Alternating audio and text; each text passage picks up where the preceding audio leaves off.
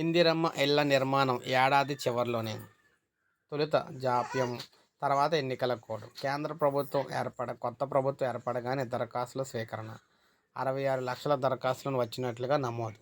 వెంటనే పరిశీలించి లబ్ధిదారుల గుర్తింపు చేపట్టకుండా పెండింగ్. పథకాన్ని అధికారికంగా ప్రారంభించిన 4 రోజులకే నియమావళి. కోడ్ ముగిసిన తర్వాత ప్రారంభించిన 4-5 నెలల సమయం పట్టవచ్చని కూడా అంచనా అయితే వేస్తున్నారు.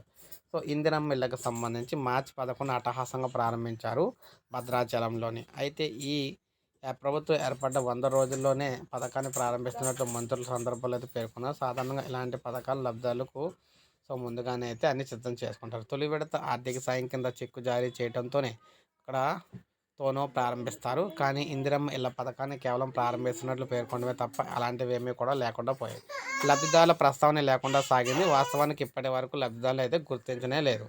దరఖాస్తులు స్వీకరించినా కూడా దాదాపు 80 లక్షల పైగా దరఖాస్తులు రాగా వాటిలో గతంలోనే ఇందిరమ్మ ఇళ్లను పొందిన వారు 14 లక్షల మందికి సంబంధించిన దరఖాస్తులు కూడా ఉన్నట్లు గుర్తించారు. వెరసి 66 లక్షల దరఖాస్తులు ఉన్న ఇందిరమ్మ ఇళ్ల కోసం ఇతర కారణాలతో కూడా అవసరం.